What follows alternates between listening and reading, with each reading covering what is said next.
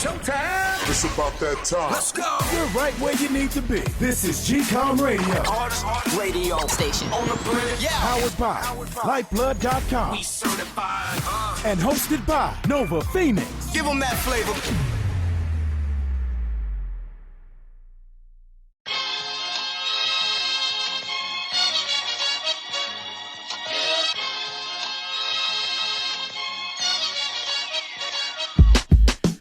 What up, what up, what up, what up, what up? What's going on, y'all? Yes, Happy New Year. Happy New Year. This is 2020, the first show in 2020, and a happy new decade. This is Nova Phoenix, host of GCOM Radio, and we're coming at you with the first show of 2020. What has been going on with y'all? Man, it was a great break. It was a great break. I haven't been here since December 4th, I think the last show was put, so I probably did it a little week earlier. And it was a much needed break that I was loving. I was like, man, you don't realize how much free time is in your hands when you take that vacation, when you're not doing nothing at all and you're just kind of recouping and regenerating and trying to, relax, relate, release. And I'm like, wow, I got time. I got time to do whatever I want when I'm not doing nothing at all. Man, it was so much fun, man. And it was cool. And it was, to decompress and all that. I think it was amazing, man. But we are in this new year of 2020, man, and new decade that I realized even like a week before. I'm like, wait a second. This is just not a happy new year. This is like a happy new decade. And as you know, when it comes to music or society in general, the face of society, or just the how should I say, what is going to be the symbolic representation of society in this new decade that we're in? We all had it: the 80s, 70s, the 60s, 90s, the 2000s, and now we're here. 2010s. And now we're here. What's going to be, how is this going to change politically, musically, culturally? What are going to be those things that's going to be the defining moments of this decade? So, yeah, man. So, what have I seen? There was so many things that were going on in the time that I was off, and I wanted to talk about it. But, I was like, nah, I ain't doing it. I ain't even doing the in-betweens. And you can see I'm like very in-between the in-betweens.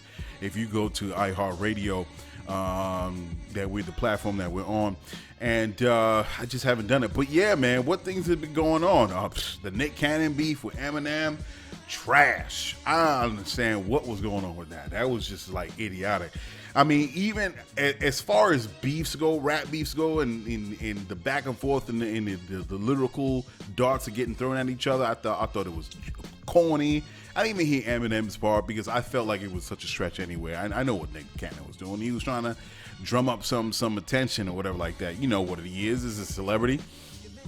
But that hits the bottom along with that Drake Meek Mill thing. And I was like, that's the trashiest of all trashiest rap battles. When I heard Meek Mill, and I love Meek Mill, don't get me wrong, shout out to Philly. But I just thought that was like, what? This is not no battle. And then Drake was sing-songy on a battle. Now, I come from the 90s. Yo, shout out to Talib Kweli and People's Party, man. He did an interview with Super Nat. Now, the age when Super Nat was coming up, when back in the days of the 90s to 2000s, and he was getting his rap career going, that is what you call battling. The battling of that time was the essence of hip-hop when it comes to battle. You couldn't come with trash. In a way, I felt like this whole thing, rap battles now are just more like celebrity, marketing tools just to drum up some attention, whatever. I saw some things. 2007, I saw somebody post on IG, some African kids were kidnapped from Chad. It was like over 50 kids that were kidnapped by this group called Chloe's Ark. And I saw somebody post it, and I'm like, oh my God, I was taken back. I was disgusted. I was horrified. And my thing was, wait, what's going on here in 2020? And it turns out this happened back in 2000, I think 2007.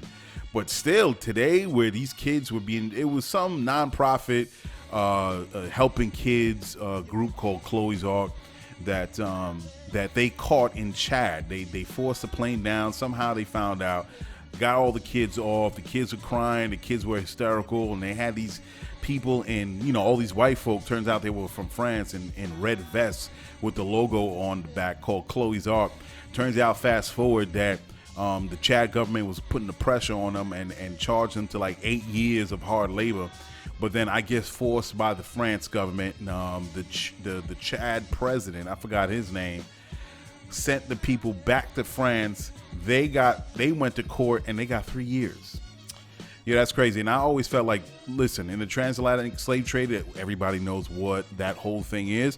I think there should be a continental decree with every African country to come together and have a continental decree if there is any human trafficking of any sort, especially with the exploitation of African children or people. The charge should be death. Of course, they go to court and everything like that to make sure they did what they did, but the charge should be death. We understand what the transatlantic slave trade did to the African peoples in America and African peoples on the continent, and how it destroyed the promise of Africa. So with the growing progress of several African nations coming back from that, I think that should be the word, and somehow that should be that it should be etched in stone. I don't know, some kind of a plaque, iron plaque, and it should be on every nation, every country in Africa, and they would get together and stop human trafficking. It's a horrible thing. The next thing is that Kevin Hart, man, don't fuck this up. The Netflix special, man, that was a beautiful thing. Hey, man, hey. Everybody check out that Netflix special. I saw a lot of things, but the Kevin Hart thing was kind of hot. So that was cool. And lastly, man, Lonnie Love, the real, talking about brothers and cheating as married. And that was another thing that's on the recent tail end of things. And I'm like, what's going on? So listen, I don't care who you date. Who you date is your prerogative, man. She got a zaddy now, you know what I mean? She got herself a white man. That's cool. It's your business. I don't care.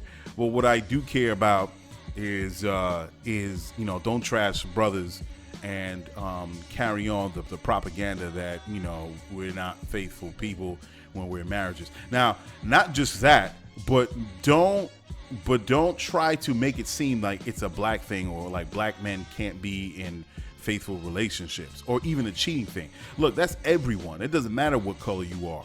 Rich, poor, whatever the case may be, men cheat. That's just what it is. Men cheat. That's what it's.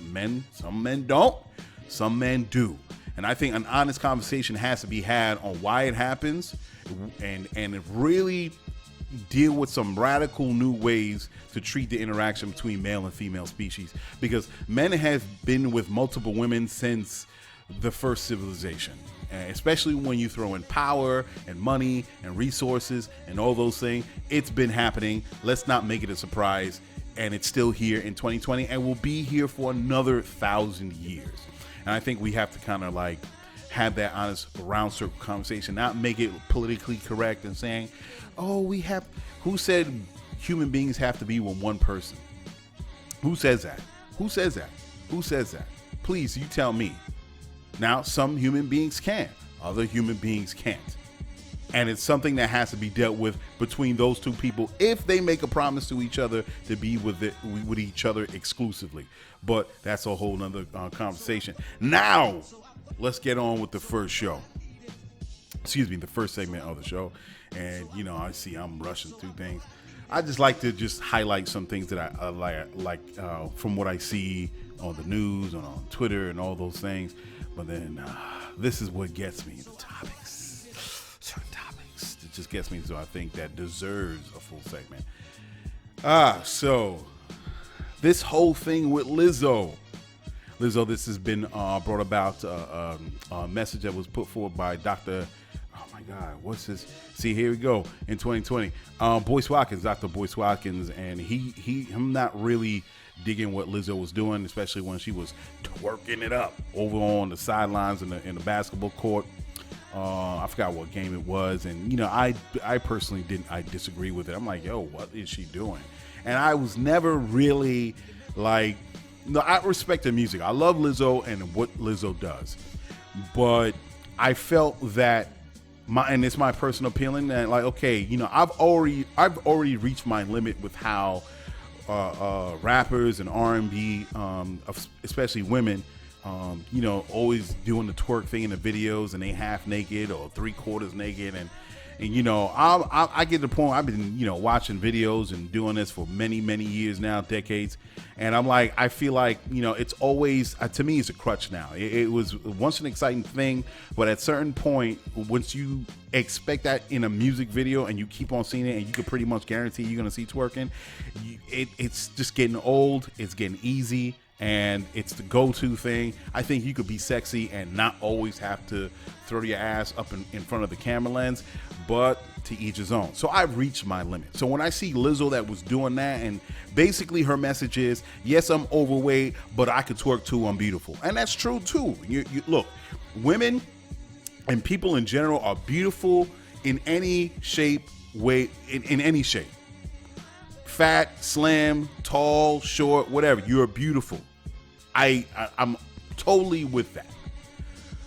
But however, what I'm not with is pretty much saying, and I hate that it goes along with my saying, you know, that it goes along with the saying that people say in America, yeah, I can do whatever I want. This is a free country. I can do what I want. I hate that statement, because not everything, you can't do anything you want, all right? It's the same thing with the Lizzo thing. You can't do anything you want just because you can. And I know what she's trying to do. She's trying to revolutionize the image of what it is to be sexy, and big people could be sexy too. Fine, that's all in well and good. But at the same time, you're not going to promote being overweight like it's okay, because essentially that's what you're doing. All right. And to me, if it's already forced with, you know, like artists like Nicki Minaj and Megan Thee Stallion and all this twerking in, and to see Lizzo coming in, it's like, I could twerk too. And it even seems more forced in this, a lot of it's this liberal leaning bullshit, like all inclusive, like, hey, she's fat, she's overweight, she can accept her beauty, body acceptance, she can twerk too. No, man, no. Because to me, in essence, it's also promoting obesity. All right. And I'm not going to fat shame Lizzo. I'm not going to fat shame her. It's not about that. But what I do think of what Lizzo is doing is fat faming. She is fat faming, thinking that obesity is okay, and it's not. And I went through a couple of sites, and I always like to come with facts. And I say 1 in 3 adults, and I got this from a website. I think this is from crowdwealthfund.org. Excuse me. It's 1 in 3 adults and 1 in 4 children are obese. We are one of the most obese nations in the world. It is a public health threat that is directly linked to diabetes, high blood pressure, cardiovascular disease, hyperlipidemia, and cancer. That was from the commonwealth.fund.org. Publichealth.org says by 2030, Americans are going to be obese. That means 6 million cases of diabetes, 5 million cases of heart disease and stroke, and over 400,000 cases of cancer. In 2018, the cost of handling obesity is costing hundreds of billions of dollars. It has risen dramatically since 1970. Why? Because they eat more calories, we eat more sugar, we're a lot more sedentary. It's terrible. We are less active. We sit everywhere. We sit at work. We sit at home. We sit on the way to work. We sit on the way back to home. We don't do any activity. And then you have PlayStation, all those kids. And then of course our foods are high in calories. So we're consuming way more calories than what we did in the past. That is a problem. And then Dr. Boyce Watkins was saying this in his way early on, and then they actually had medical doctors too, that I have to say, that was on Twitter, that defended Lizzo. And I was like, wait a second, these are doctors? And I wish I took down the name of these doctors. I wish I took down the names and their profession or wherever they was representing from. And I asked them at the time, so what do you think is an issue, or what's the issue with obesity in America? Directly. No bullshit. Let's be straight up. They did not respond to me. Now, they don't have to respond to me. Of course they don't. That's their prerogative. But at the same time, we have to really deal with obesity in America. And we can't understand that being a problem in America and all the medical ills that are associated with it, and then turn 180 when we see Lizzo twerking her ass off on the screen and say, oh yeah, that's body acceptance, that's beautiful, that's great. And then all of a sudden, what was her name? The fitness. I need to write this down. And this was what recently came out. Michaels. She was on the show, and everybody knows it at this point. All right. Jillian Michaels. They were. I guess they were talking about Lizzo came into the conversation, and she pretty much said we could celebrate the music, but we don't have to celebrate the obese part of it. Why are we doing that? And all of a sudden, it set off another storm of tweets and social media, going back and forth. And I agree with Jillian Michaels. I agree with her. And then people are going to say, well, there are skinny people with diabetes. Yes. That is true. There are some skinny people with diabetes, later stage diabetes. Some people are born with it, advanced stage of diabetes. But we already know from the tons of medical research that was done that obesity is linked to these other medical issues. As I said before, cardiovascular, high blood pressure, hyperlipidemia, cancer, all these things are linked to obesity. And we can't try to make it seem like it's okay. It's not okay. If and then Lizzo's response to Jillian Michaels was, it was like, shut the fuck up, bitch. Get my name out your mouth or take my pussy out or whatever. Some silliness. She didn't really have nothing to say because Jillian Michaels is right. Okay, Jillian Michaels said what she said, and I support it 100%.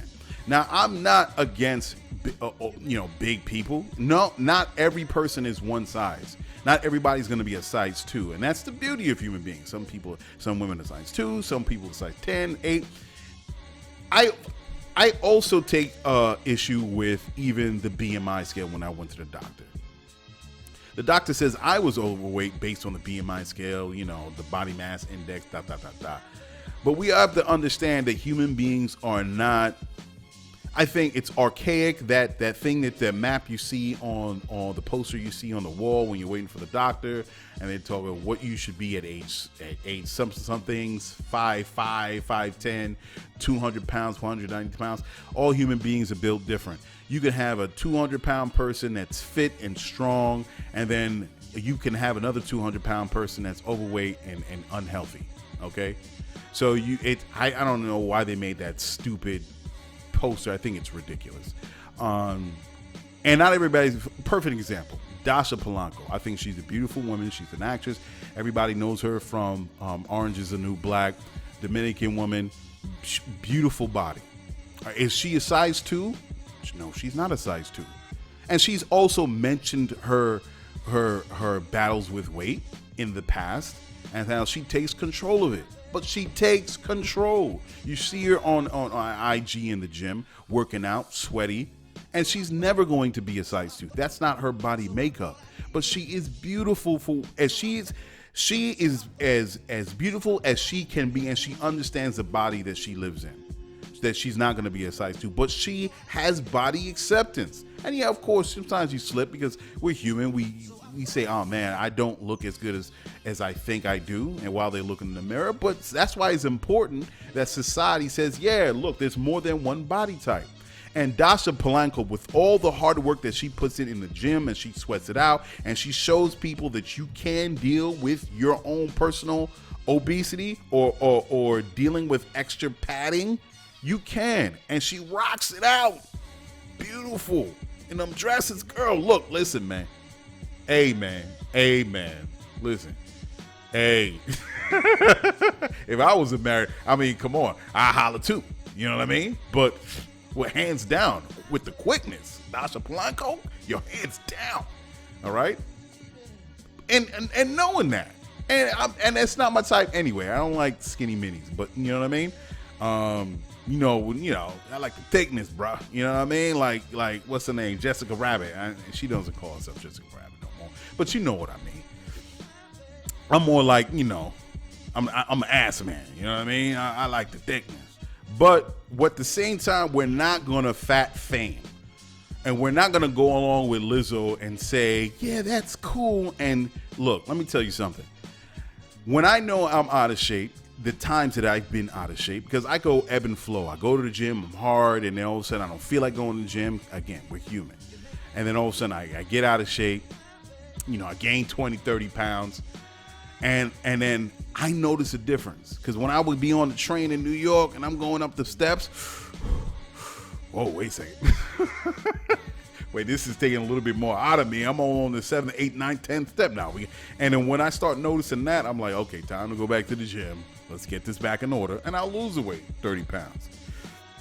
I'm on that road right now where I'm going to lose my weight. You know what I mean? I'm getting back into my fitness thing. All right, I'm working out in the gym. I'm going to Muay Thai.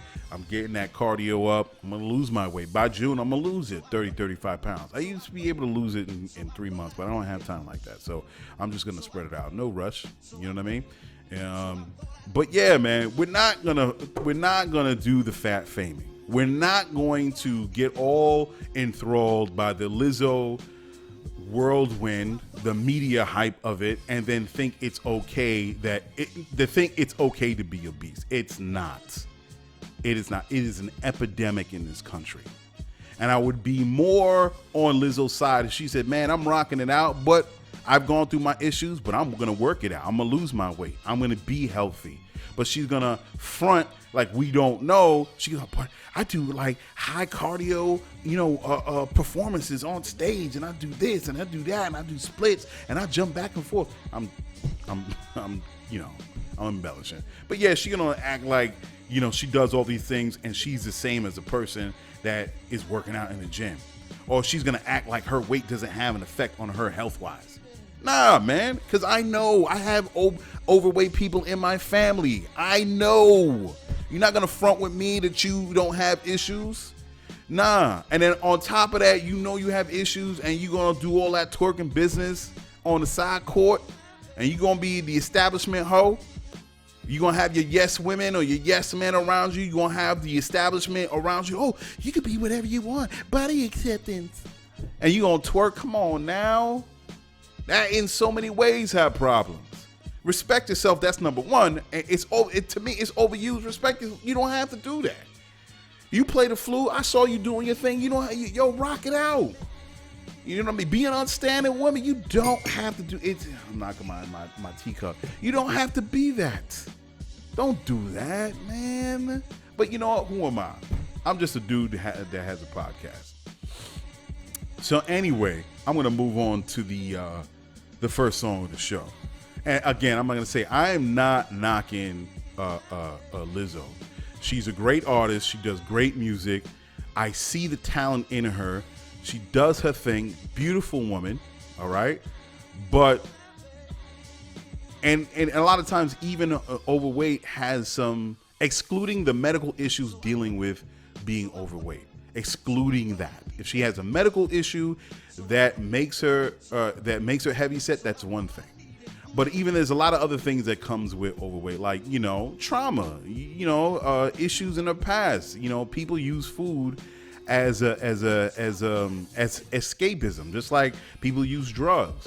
So, that has a lot to do. So there's a lot of history and background that's linked to her being overweight. But excluding the medical issues, come on, all right? I look forward to hearing more of your good music. You have a great voice. You have great energy. You look great in front of the camera. I see that connection. You have that connection on camera, that magic. But let's not act like obesity is not a problem in this country. And don't let the establishment use you like some kind of big mammy and say, yeah, you put this on. Don't let them do that. Don't let them do that. All right, so the first song that we're gonna put on here, I think she's a great artist. Her name is Yaz, and she has this song called Caroline, featuring Taylor from Earth, and I thought it was a beautiful joint. I think it's a little bit of a little house joint, a little house electronica. Anyway, either way, it's a dope song. Check this one out. Yes. Mirror, dancing in between the lines. I can see your face sometimes on the other side.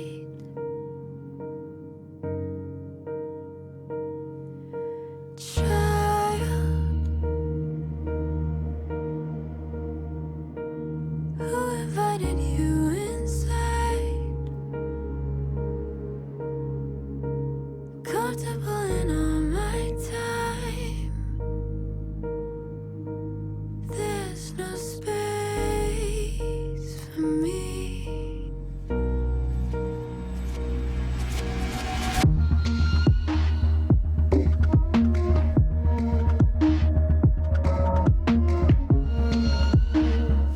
Hey, turn it up. GCOM Radio on iHeartRadio.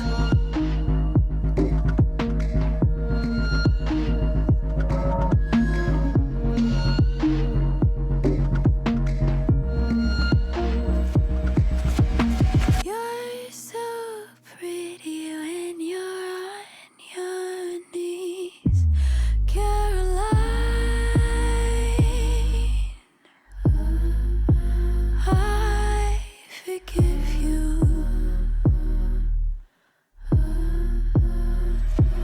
Caroline, I don't blame you anymore.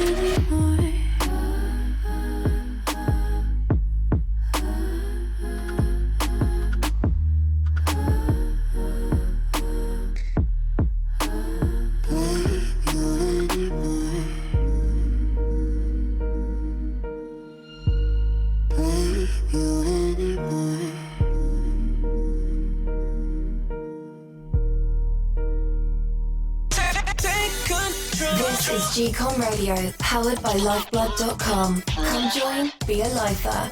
Practice dollar power and build financial independence. Yes, that was Yaz, her joint Caroline, Taylor featuring Taylor from the Earth. Beautiful joint. Hopefully we get some more songs that we can play on the show. So yeah, man, very pretty woman, beautiful. So we're gonna get into the next segment of the show. And matter of fact, yeah, I remember it's been a while before we get into the second segment. We have to get into business of the week. What beautiful new founder has created something that the people need? Check this one out. Ladies and gentlemen, what up? Bringing you the business of the week and its innovative founders. It's what you've been waiting for. We all know of those special events that we engage in involving family and friends, a wedding, retirement, graduation, etc. There is the main brand that we all go to when we need that small, cute message to send to a loved one or to that important person. Hallmark. Do we know of any others? When it comes to African Americans, getting that right card that looks like you is hard to come by. Frustrated with getting the right card, we just pick faceless imagery or cuddly animal ones. Well, it seems we have an option to choose from for this year in 2020. Perfectly hued cards. Perfectly HUED cards.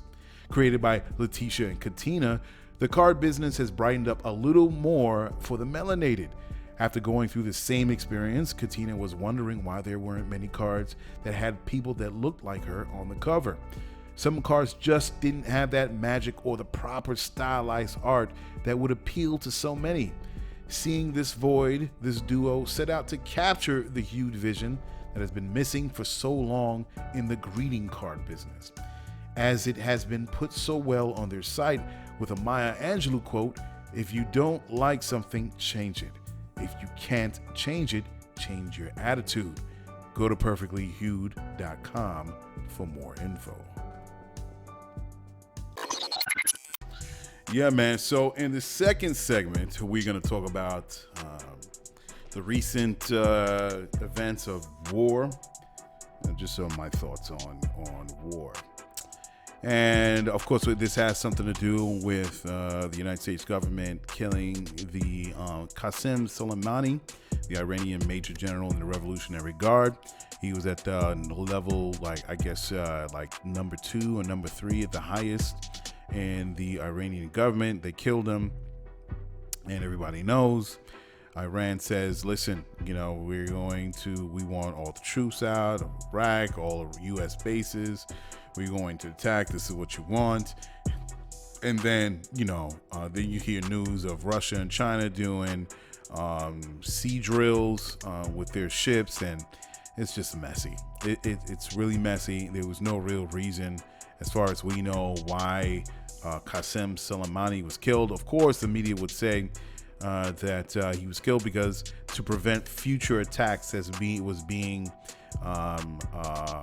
orchestrated by Mr. Soleimani, and this was to protect America. We don't know, right? We don't know. And they were calling him a criminal and killing thousands of people and such and so forth. Again, we don't know. What can we go on? So this kind of escalates a war, and of course we leave it to our government to deal with the situation and how we're going to go forward. And Trump had a lot of speeches saying that he was going to do anything necessary to protect America's interests and their troops, and pretty much they were going to go to war with Iran in any way. And it's just terrible. It's the way this whole thing, and there's a lot of things going on that Trump did it because he's trying to take the attention away from his impeachment hearings and anything else that they're trying to do behind closed doors, like trying to shove in kind of like far right judges into circuit courts, kind of like trying to run domestic policy here. So there are a lot of killing multiple birds with one stone by talking about war. Now the major media, that's all they're talking about at this point, and it's running the numbers, man. Trump does something crazy, something outlandish, major media news jumps on it, and then that takes your attention for the next 2-3 weeks, month, however long it goes, and then more dastardly things are going on behind closed doors. But sometimes, distractions are not all fake. Sometimes distractions are real. And with the killing of Qasem Soleimani, now we're talking about war, and it's like, I was cheering for the entry into 2020 and the decade. I'm like, yeah, and then this happens, and with the threat of war, and I'm like, shit, I just turn around and want to go right back to 2019. And what a way to start 2020, right? So, I mean, it's I see it in the title. You sunk my battleship. Remember that commercial to that old game? You sunk my battleship. Yeah, man, it's kind of like what foreign governments, the United States is doing. It's kind of like the same thing. All right, you sunk my battleship. The games of politicians and the powerful playing with the lives of humans around the world. And the sad thing is not the politicians that are forcing us into war. Well, that is the sad part. But the even sadder part is the fact that there's a lot of people that join the military, mostly majority of them poor. No rich people ever. I think all of them, not even majority. No rich people sends their kids into the Army and the Navy and the Air Force. No, they never do that. But it's the poor people that have to sacrifice their lives. And it's not even a just cause, or not even anything that it's a serious conflict in that region wherever the United States is at. It was totally preventable. And when you peel back the layers, you see what stupid reasons This was all for, and you see there's them sending 3,500 troops to, ship them out to, I think Iraq they were going to, the U.S. bases to kind of counter any attacks that were brought on by Iran. It's just ridiculous, and it's sad and it's pathetic that we have to send so many innocent lives, young American lives, off to their death for no reason. And to understand that this war was done for $2 trillion. President Trump was on I think Fox News or one of the news channel interviewing, and of course this guy doesn't have a filter, so he goes ahead and says this war cost $2 trillion. Oh, that's beautiful. Thank you for letting me know the price tag.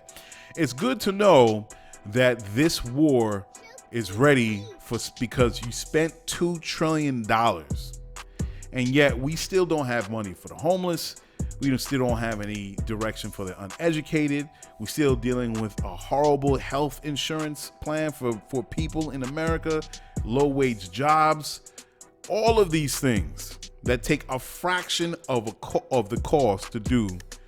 $2 trillion. Fascinating. That is crazy. That is crazy. Who is this guy's handler? Who is this guy? Who is Trump's guy that tries to corral this dude's thoughts when he does interviews? Who's his public relations officer? Because this dude, every time he does interviews, it sinks him even deeper into the shit hole that he's in. And the people, who are these people? Because I'm like, it's amazing, right? Listen, United States is the most powerful military in the world. It's the most powerful military. America has no rival. No rival. The only thing that can deter United States military power is nuclear war. It's nuclear. That is what I was so scared about when the news started to break on this war thing. And I actually said that on my IG page, and this guy repeated, oh, no, we support our president. We support. No. I don't support anyone blindly, especially when it comes to my life. Okay? Now, everybody remembers the Bay of Pigs event that happened back in the 60s when John F. Kennedy was president. The Russians sent battleships over to Cuba on the shores, basically America's backyard. And when you hear the historians talk about it on documentaries and how he was, man, the pressure on this man's, on Kennedy's shoulders, and having to deal with how are we going to deal with the Russians? How are we going to deal with it? They're right in our backyard. We don't want war. It's something that you cannot put the genie back in its bottle. Once you get into war, there's no turning back. Because that side kills that side kills that side, and all of a sudden you get wrapped up in it. And of course, everybody knows how the history goes. The Russians pull out after some statements made from the U.S. government, and it was nuclear war averted. Thank God. Now, we fast forward to today, we have this guy, President Trump. And I don't trust this dude. I trust him as far as I could throw him. And of course, you see that cat, you ain't throwing him far. So my deal is I don't think he even has the brain capacity, the temperament to deal with war that we're dealing with today. Okay? He doesn't have the temperament, and he doesn't even have the circle around him to navigate around a situation like this. Because war is not the way war was done back in the day, thousands of years ago, even up to in World War I. It's not the war that we wage today. It's not. We have weapons that can eradicate whole countries, can decimate and burn half a globe with the weapons we have today. Now, a lot of people died back in the day, like the Civil War, 250,000 Americans, right? Of all these people, hundreds of thousands of people died, right, in the wars of the past. but not like the war today. There are weapons that have been invented that could wipe out that amount and more in milliseconds. Now, once you step into war, you would hope that there would be logical minds knowing how to deal with this like in past wars. And we don't. And that's what I fear. And I fear that it can quickly escalate into the nuclear option if one side feels that they're losing. Why do I say that? And I was thinking about this before, and I'm like, people are not going to get it. But look at what happened with the Ukrainian airliner in Iran and how it got shot down and all those lives got lost. Over 100 lives, 150 passengers died instantly. And this is my take what happened. In the midst of all this that was happening with the Iran kind of, throwing the warnings at the United States and how the United States was going to respond, what happened? I personally think possibly it was an accident. Somebody had the trigger finger back in Iran at a military installation, saw this airplane, shot it out the air thinking it was probably some U.S. military plane coming in to drop its ordnance. And then they found out that it was an airliner, passenger airliner. And it was like, oh man, frig, this is what I'm thinking. But this is the collateral damage that you have when you have war. And right now, no one say soldiers have died yet. I'm talking about en masse, like a Vietnam. That hasn't even commenced yet officially on the ground. And already we have an airliner that was shot out the air from a mistake. Now, if we can have innocent lives taken now and no bombs, no bullets, no missiles, nothing, no tanks, no helicopters, nothing has started yet officially. And already we have an airliner down. What would it be if we're in the full throes of war and we're dealing with people that would have to go to a president that has the ability to make a go green on pushing the button because they don't want anybody to lose. Now, thank God, because people have nuclear weapons, at least human beings have the sense enough to say, listen, we can't go the nuclear option because if we do, we're just going to kill ourselves off. We're going to scorch the earth and no one wins. No one gets the spoils. So we're smart enough not to go into a nuclear war that would burn the planet.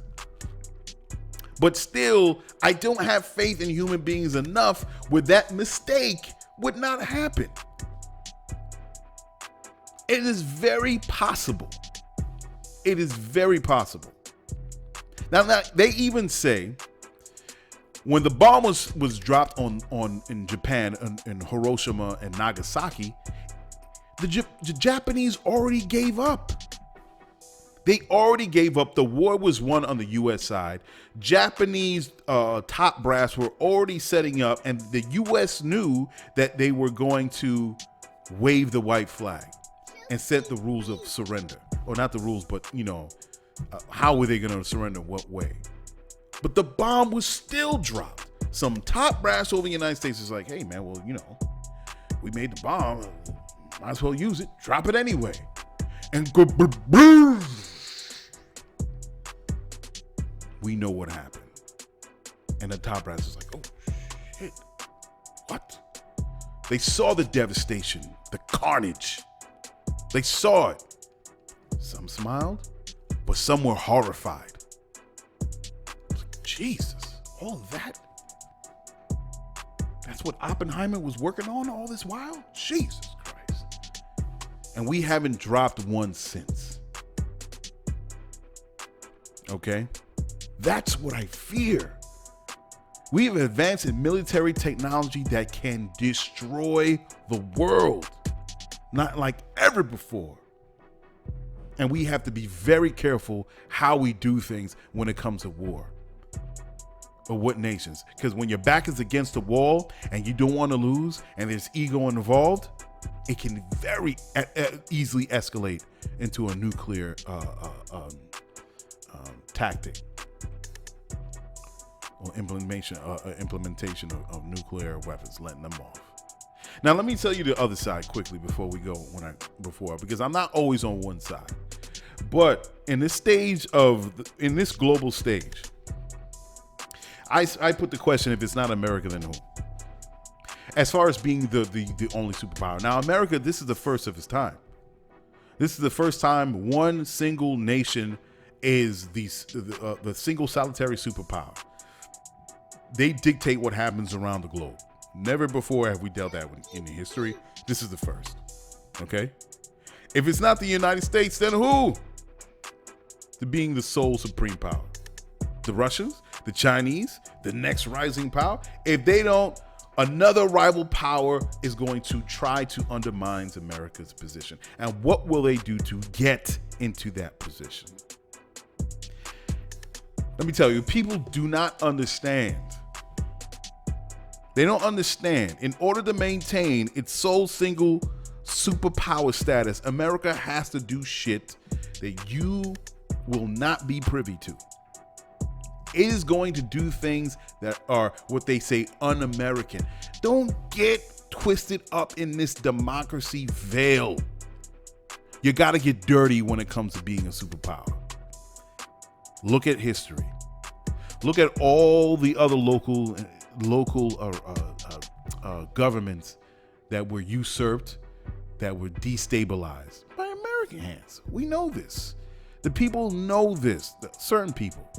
But I'm usually talking to the diehard, all patriot, Trump supporting guys. No, America has to do its dirt, and it's just not America. A lot of other countries do it. So in this game of power, what are you gonna do to maintain that? And you're gonna do things that the masses will not agree with. That's just what it is. It's just what it is. Trump even said it was about oil, right? He just blurted it out. Hey, well, they got oil. We don't want it. And now people say, oh my God, you're talking about, yes. As I said that on the show, say it's oil. Say it's about oil. Don't give me that democracy bullshit. Don't give me that, we're doing it to spread democracy and freedom. No, it ain't about that, man. It's about oil. Well, people tripping, people are going online and saying, oh my God, yes, it's about oil, man. And nature and America wants to be the sole, wants to take it for themselves. They want to take the spoils. And if they discover that someone has oil, America wants it and they want it cheap. So now what? Now that we understand it's about resources, which is always has been when it comes to war, where do we go from here? Again, the positive side to this whole thing is that, again, we are in a time where technology allows us not to use certain oil, crude oil that's dangerous to the environment. So we do have an option. But it's good that you say that it's about oil, because now people will start talking and say, oh my God, it's about oil. Well, we don't even need oil. So what else do we have? We have to start to spur the conversation on what alternatives can we use so we do not have to go into stages of war that can possibly escalate to nuclear. We have to start thinking about alternative means, because we can't continue the way especially the weapons that we have now. Especially what's being made. They got a weapon right now. It's called the Rods of God. Look it up. Before it was done before in Vietnam. They were dropping 2-inch like rods or whatever that can penetrate 9 inches of bunkers on the ground or something or other. And then all of a sudden they upgraded it. They built it up where now they're like 6-foot rods or 9-foot rods, and it almost has the explosive impact of a nuclear weapon without having to worry about fallout. These are the weapons that we're dealing with. Even who should have that power? Who should have, as I say, that ring? Who should have that? Well, you could decimate a whole country. Would drop from outer space. Maybe that's why we're trying to. A lot of people was laughing. Oh well, we got the Star Wars program. We should own space. All that talk Trump was talking. That's probably what he was talking about. That's probably what he was talking about. Oh shit, rods of God. You gotta own that part of space so you can set up those satellites or whatever you want to call them, and drop them from the upper atmosphere of the Earth and destroy whole countries. Amazing. Yeah. So, and another quickly before we go to the next couple songs. It's funny how this whole thing, this Iran thing came up, right? And then before, remember like a month or a month and a half ago, Trump said, you know, I'm leaving New York. I'm moving my family to Florida. New York doesn't love me no more, whatever. And then all of a sudden this thing happens with Iran, and now all of a sudden they're kicking up all this, protections and what do you call it? Oh my God, the agencies is dealing with, hey, if you see something, say something, and we have to worry about terrorism. New Yorkers is like, oh my God, makes you think back then. Maybe they knew that back then. Trump as the president is like, shit, I ain't gonna stay here in New York, because if it goes down, I don't know where I'll be. I'm moving to Florida. Something to think about, right? All right, so we're going to go into the next couple of songs. Here we go. So we got this one artist. I love this song that he got. Matter of fact, this was his first song where he said he wanted to sing on. And I was like, really? Oh, well, you should keep doing it and see what other music you got. So this song is called GrapeSoda. I'm sorry. The artist's name is GrapeSoda Henderson. The song's called Blue Skies. He's coming out of Atlanta, Georgia. As always, you know how they got good music going on down there. And then following them right up is Rich P, Not Real. This is a song that I needed for people to hear because it's directly related to that Tekashi 6ix9ine deal. So check out GrapeSoda Henderson with Blue Skies, and right up behind his brother is Rich P with Not Real. Check these two songs.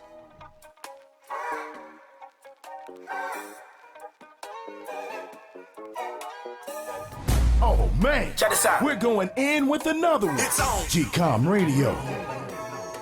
I got blue skies, girl, you bright on my day. When you pass by my way, I don't know what to say. Day and night, you stand on my mind. I ain't tryna waste your time, that's what's on my mind. I'm talking tacos and Netflix. You smoke, yeah, let's match this. Getting nasty on the clean bed. Wait, hold up right quick. Met her on the Sunday. She fell in love by Monday. Jealous on the Tuesday. Miss me on the Wednesday. I ain't never been cold-hearted. I don't really do the Olive Garden. Chilling on the beach. We can drink on some art and gardens. Allergic to fake love. Bullshit, I call it. My heart can't get broke again. Got zero pain tolerance. I'm talking blue skies, you bright on my day. When you pass by my way, I forget what to say. Day and night, you stuck on my mind. Wanna see you all the time. Got me hypnotized. Got blue skies, girl, you bright on my day. When you pass by my way, I don't know what to say. Day and night, you stand on my mind. I ain't tryna waste your time. That's what's on my mind.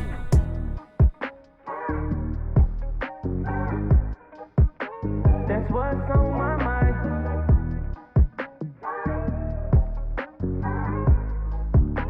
That's what's on my Serious people. Hear it right here. Now this the type of song you put on replay. Nothing but the exclusive. It's not exclusive right here. On GCOM Radio.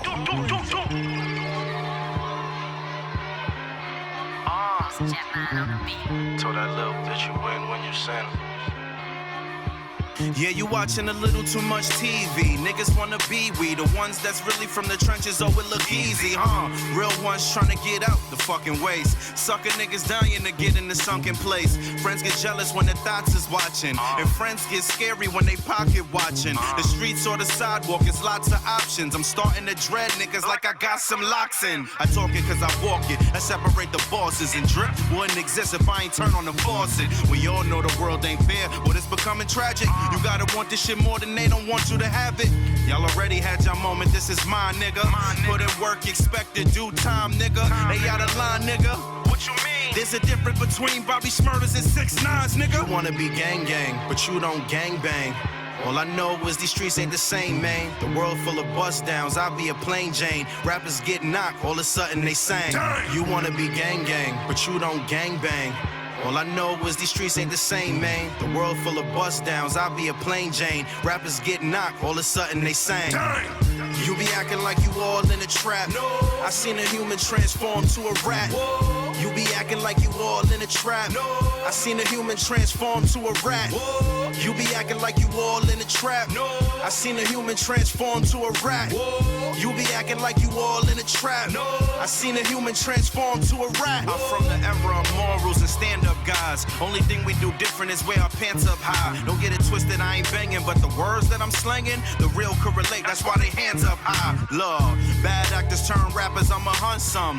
And that so-called smoke, yeah, I want some. Soon as they feed you what you dishing, you don't want none. They must have ran out of the cloth that I'm cut from. I make wages by performing, I break stages. You get your confidence by tweeting from fake pages. We are not the same, don't ever play me though. Time to face the music like you staring at a radio. Ain't got the stomach for the trap, you'll be hella sick. You see, I'm 10 toes forever with my ghetto clique. The streets ain't a hobby you pick up for the hell of it. They let the ratchet go like they broke up with a ghetto chick. You wanna be gang gang, but you don't gang bang. All I know is these streets ain't the same, man. The world full of bust downs, I'll be a plain Jane. Rappers get knocked, all of a sudden they sang. You wanna be gang gang, but you don't gang bang. All I know is these streets ain't the same, man. The world full of bust downs, I'll be a plain Jane. Rappers get knocked, all of a sudden they sang. You be acting like you all in a trap. No. I seen a human transform to a rat. Whoa. You be acting like you all in a trap. No. I seen a human transform to a rat. Whoa. You be acting like you all in a trap. No. I seen a human transform to a rat. Whoa. You be acting like you all in a trap. No. I seen a human transform to a rat. Whoa.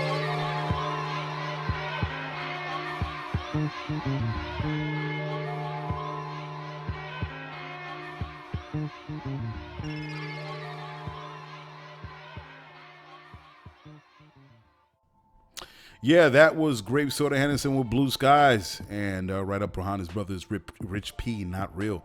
Yeah, man, I think that song needs to be heard. I hearing a couple of more folks out there is talking about they ain't gonna show no love to Tekashi. I hope so. I'm sorry, bruh. Tekashi, I think you not even compromise. Fuck it. You out the game, bro. You out the game. You can't talk about none of that street shit. And I don't know who one's gonna hang out with you now that you are still potentially a government agent. So, well, it need to be said. Anywho, so we're gonna get into the news you need to know. I think this is great for you guys here. All right, check it out. Ladies and gentlemen, around the world and right in your neighborhood, it's the news you need to know. Scientists discovered a way to extend life 400 to 500 years. Scientists at the MDI Biological Laboratory and Buck Institute for Research on Aging have discovered a way to extend life by identifying synergistic cellular pathways in a worm. More specifically, C. elegans, a nematode worm, as they say. They picked this worm because the pathways within these worms are similar to the genes with humans, and because of the worm's short lifespan, which would be easier to see the effects of the genetic environmental manipulations in the worms. Drugs related to altering these pathways are currently under development. They're hoping these studies will help them understand why some humans live to old age without suffering from the debilitating diseases until shortly before death. Would you want to live to age 200, 300? Oh, that's something to think about. Trump eases constraints on pipeline projects. In the White House, President Trump amended NEPA, National Environmental Policy Act, a decades-old environmental law to ease the screening process for pipeline and other infrastructure projects in the United States. First, the process would exempt contracts that are not primarily funded by the federal government. It would only provide 2 years for reviewing the contracts, which would normally take many more years previously, and limit the number of pages in the environmental statements required by law. Many environmental advocates protested the changes because of concern that the hurried screening would allow projects that would clearly damage the environment and put communities at risk near energy and infrastructure projects. Gina McCarthy, former EPA administrator, now chief executive of Natural Resources Defense Council, says, "While our world is burning, President Trump is adding fuel to the fire by taking away our right to be informed and to protect ourselves from irreparable harm. Oil and gas groups applaud the change, saying it will encourage job growth and meeting rising demand of cleaner energy. There will be a 60-day comment period before the proposed rule change can be finalized. Yeah. And that is the news you need to know. Yeah, so let's get into the third segment. All right, so what do we got here, folks? So I was checking some things out online, right? And actually my wife sent this to me, and this kind of like crazy. It's just crazy, and I thought it was actually a tweet on what's that show called? It's another show. It's all these different shows. Oh yeah, The Talk. The Talk on CBS, hosted by Cheryl Underwood, Carrie Ann Inaba, Sharon Osbourne, Eve and Marie Osmond. So they tweeted, or the show tweet was of children as young as 6 being taught how to touch and stimulate themselves in school. It's going to be taught in school. I was like, wait a second, what the fuck is going on here? So, I go into this tweet and I'm like, what? So I'm thinking it's in America. I'm like, where the hell is this taking place in America? So, of course, I Google it, and it turns out that it's in the UK. Now, I found this article on the Daily Mail. It was dated September 21st, 2019. And it says children as young as 6 are being taught or are being given compulsory self-touching lessons that critics saying are sexualizing youngsters. And you're goddamn straight it is. And I ain't with that motherfucker, not one bit. Now they're saying it's part of some new sex and relationship teaching program called All About Me. And it teaches kids how to, as I said before, masturbate, or they don't use the word masturbate, they use touching or self-stimulating or whatever, quote unquote, whatever words, and teaching them about themselves. I'm like, what? And he said it's All About Me is going to be rolled out across 241 primaries, I guess that's school districts or whatever in the UK, is by Warwickshire County Council, pushed by them. And it's going to be adopted by other local authorities the following, I guess, into 2020.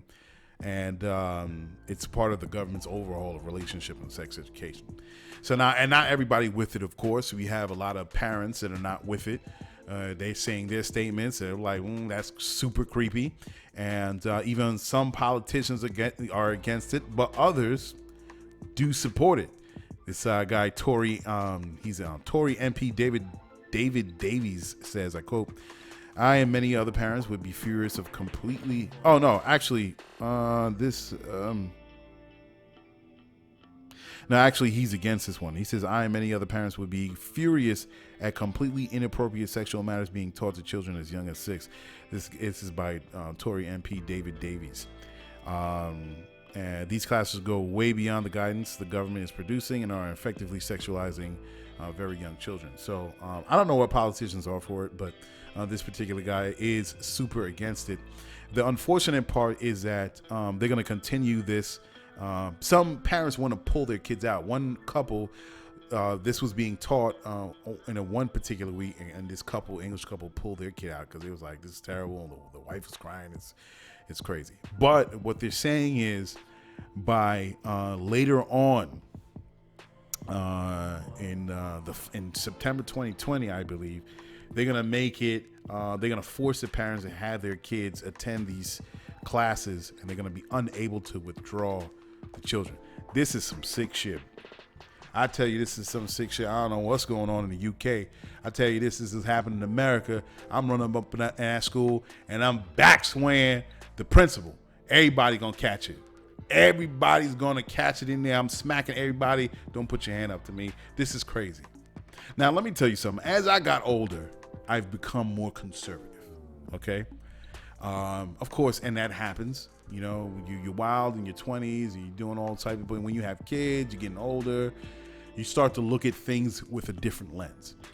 And to see this, automatically, I quickly think, what is it your business to teach my child about self-stimulation?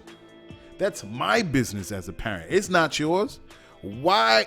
Who's the genius that thought this up in a round table to think that this was good to teach kids as young as 6 years old? Kids don't even understand sexuality. Even if they do it, they don't understand it. That's something that they have to deal with. And if a parent sees it, it's up to the parent to talk to their kids about it as uncomfortable as. I don't even like to talk to my kid about sex.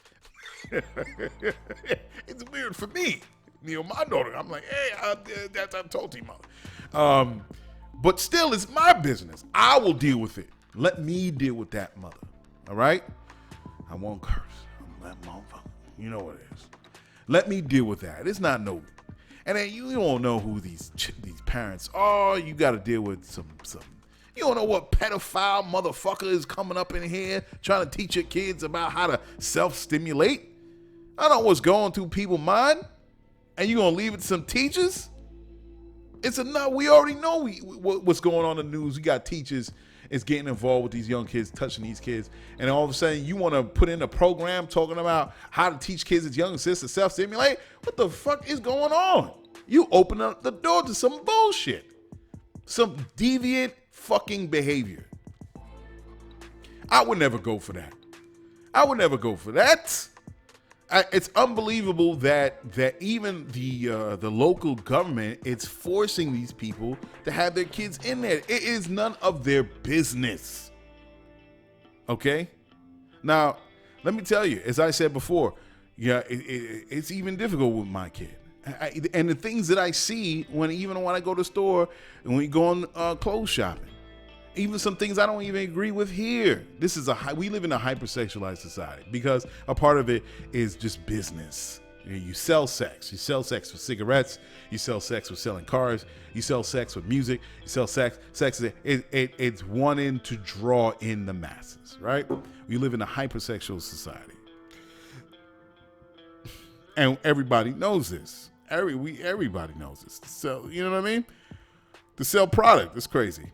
But then sometimes I think, as I said, going shopping with my kid, I see the clothes. And at the time, my kid's like 5. You know what I mean? I'm like, what? They got 5-year-old young girls wearing this? And for me, I'm like, what happened to Oshkosh Bagosh? What happened to suspenders, overalls, and regular shoes and shirts and long sleeves and multicolors and all these colors? I'm seeing the clothes. What it is miniaturized adult clothes. That's what these kids' clothes look like, especially for the girls. Miniaturized adult clothes that you would see a grown woman wear, and then all of a sudden the parents or some adults is like, oh my God, that's so cute. She could wear sheer and it could be off the shoulder, and she could wear high heels and these pants and these short skirts. I'm like, yo, nah, my daughter's not wearing that. She don't even know what it is, sex yet. To her, boys is ew, ick. She does not know and understand the concept of sex or how to entice with clothes. Okay? Put on regular clothes. That's fine. They're going to run. I don't even understand why people put gold on their kids. Gold bracelets, gold necklaces, gold rings they giving to their children, wasting their money. Them kids don't know nothing about the value of gold and all that. They running all over the place, getting their clothes dirty, getting their dirt in their mud in their hair, and then taking off their rings and tossing it, or somebody popping off their gold chain while they're playing out in the back in the schoolyard, and then they come. They don't know nothing about this. Stop dressing your kids like adults, man. Stop it. I think it's ridiculous because you think, oh, it's so cute. No, it's stupid. Okay. And then you have, like I said, with this thing going on. No, we will deal with it. As a parent, I will deal with my kid. I'll have to get over that uncomfortableness. I'm gonna talk to my kid and say, hey, this is what sex is. Once she asks me that question. Where's Chris? Okay. So, I'm going to talk to her about boys and all that, and, as she gets older. But if she's not asking me the questions or curious about it in any way, she still don't. Ew, she thinks, she sees a kiss on in movies right now. She closes her eyes every time. She don't even want to see it. And then and she's 8 now, and you want to teach kids about self-masturbation at 6? Come on, man. I'm smacking somebody. Anyway, the other thing is, that kind of leads into this thing, is I even in my conservative natures, I even think certain things that grown adult women wear is overreaching, like cleavage. I'll never understand that. V-neck cleavage sweaters and all that. I don't get it, especially in the professional setting. I don't understand it. A lot of times you can't have it both ways. You can't understand that we live in a hypersexual society. It influences everything that we do in all parts of society, in our clothes, and then be mad at men that is directed to if they look at the cleavage too long, too frequently. If you were dressed like a nun and then you had men that were objectifying you, okay, I can understand that. But you can't, and this is my personal opinion, you can't have a low-setting cleavage that draws the attention to your bosom. All right, men are going to look, and then at the same time have a problem with men looking or objectifying you. Listen, you want men to respect you? Wear certain clothes. A certain way to go about it. I think certain things, listen, that men are wired to be. And it's also involving socialization, not just socialization, how we grow up in our young adult years, but how we are programmed when we watch commercials and TV and the movies and sex. Sex is always on the mind. And then we go out there and we're supposed to act a specific way. We're not machines, man. Just click on and click off. We're not. It doesn't work that way. You understand? So there's certain things that I'm even conservative with adult women. That I even said in the previous segment, even with this whole twerking thing. It's getting that low. I watch the videos. I see the twerking. I get it. It was sexy. It's raunchy. It's crass. It's so crazy. It's enticing. But at a certain point, I'm like, okay. I start to get desensitized from it. Okay, how many times I'm going to see twerking? It's automatic. See a music video pop up, it's going to be twerking. And I'm just like, okay, fast forward. As a man, okay, I get it. Twerking, fast forward. Switch to the video, fast forward. You know what I mean? Now they want to do this with children? Nah, that's where I draw the line.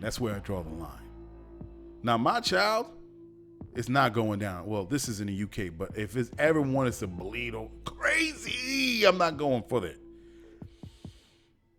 So, anyway, it's madness. It just gets me upset that I see we already deal with crazy pedophilia and all this, craziness. How do you say abhorrent behavior? Abhorrent. Sick behavior. And then you're only going to thrust kids into this knowing that peoples in society have a problem. They have their own isms and issues. Ain't got no time for that. And then a flip. Let's flip it a little bit. A lot of people in the gym, athletics, and that whole thing blew up in the Olympics about, this one Olympic coach was, it was a doctor that was molesting a lot of these Olympic players, these young girls, 14, 15. That upset me. And that got a lot of people surprised too, on the outside. And we were like, oh my, horrified. And then all these girls, as innocent as they were, just doing what they loved, and they had a true talent, and they went out there to give it their heart. And you had someone on the inside that was taking advantage of them, that was exploiting that, and being a scavenger and a predator. And it was horrifying for me. And it makes every parent's ears go up when they have their children in those settings. And it makes me as a parent feel the same way. And I know how parents are. Before, I never used to understand that. But parents now, they're very, very sharp, and television has a lot to do with it. Very sharp and very keen. Hey, what's going on over there? We're always looking. And even sometimes it's over the top because sometimes we get so sucked into this media world, or when we see those specials about, on the news events that happen, sometimes we could go overboard ourselves and we could be like, yo, what's going on over there? And sometimes we could look at it too much and we go overboard. Sometimes for those overprotective parents.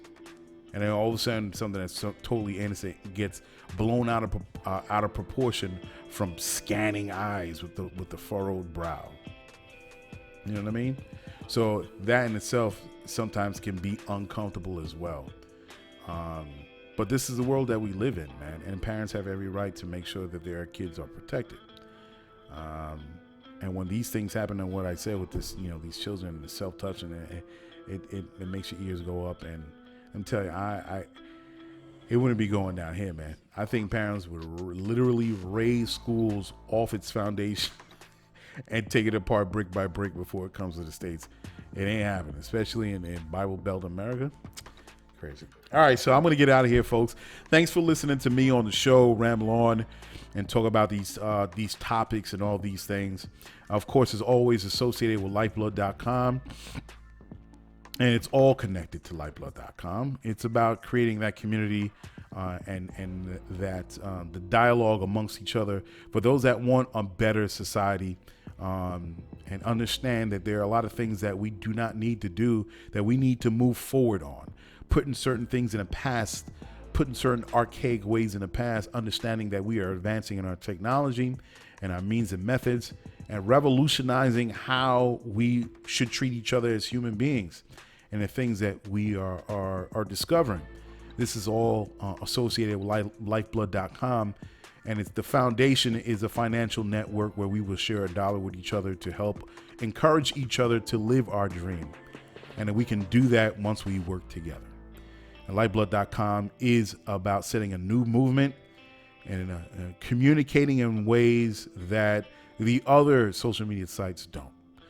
And we're going to do this right alongside the old society, and out, as I said before on IG, out from its chrysalis will be a new body, a new shape, a new ideal, a new form. Go to Lyfeblood.com, sign up. It's going to be beautiful. And there's some other things that I'm working on for 2020. I won't say anything right now, but I will inform you as soon as I make progress in those areas. It's about growth. So, all right, folks, thank you for listening, and I'm out of here. Peace. Check it. You just listened to GCOM Radio, powered by Lyfeblood.com for the global community. We worldwide, baby. See you in the next go round. From right here to your town, we out.